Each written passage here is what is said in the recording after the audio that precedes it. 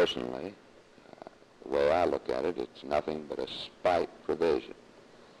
And the day the legislature starts writing laws for spite, we're in bad shape. And it should be taken out for that reason, if no other reason. You mean spite at you? Right, that's right. Your age. That's right. You personally. And to make the director have to be an age higher than any other public official in Oklahoma is ridiculous.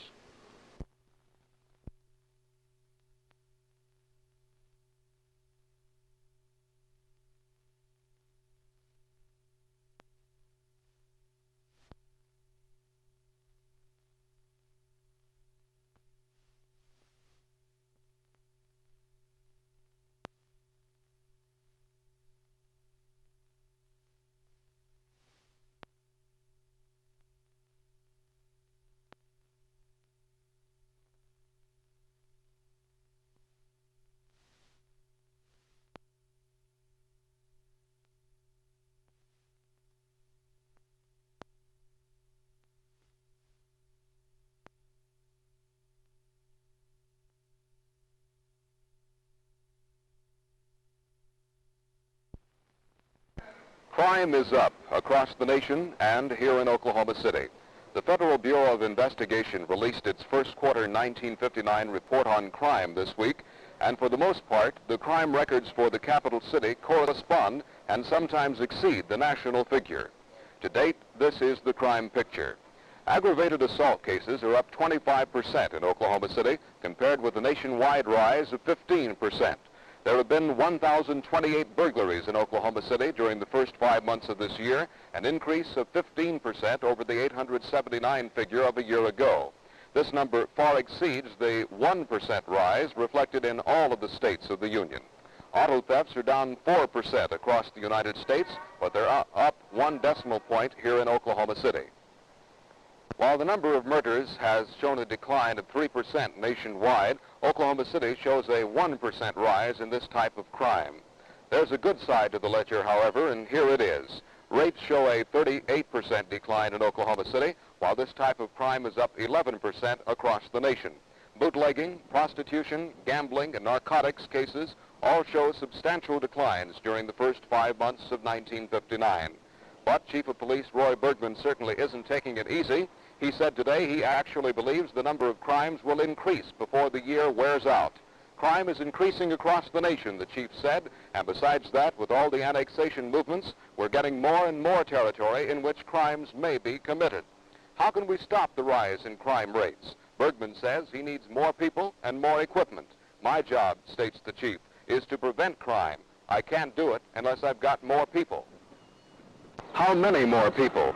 Well, the chief asked for 50 additional officers back when the city only covered 90 square miles. The city limits now spread over 170 square miles, so you figure it out. Equipment is another problem. Chief Bergman would like to put more one-man cars in operation across the city.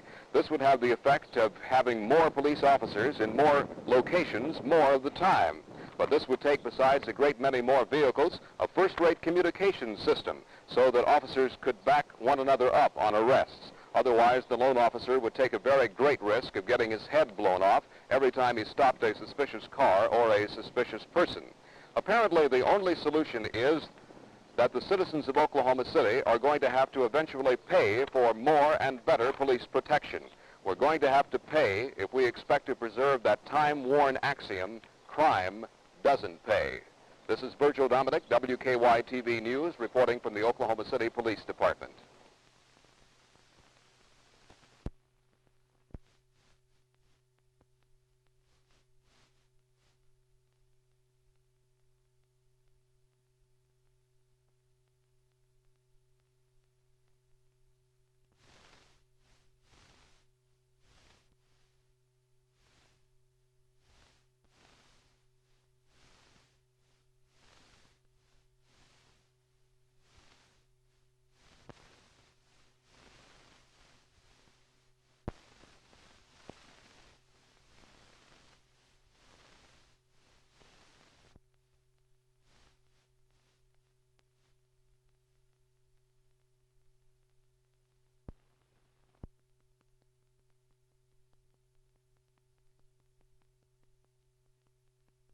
Well, naturally, there are many problems associated with city government. Did the committee have any recommendations to make on the pay scale of city employees?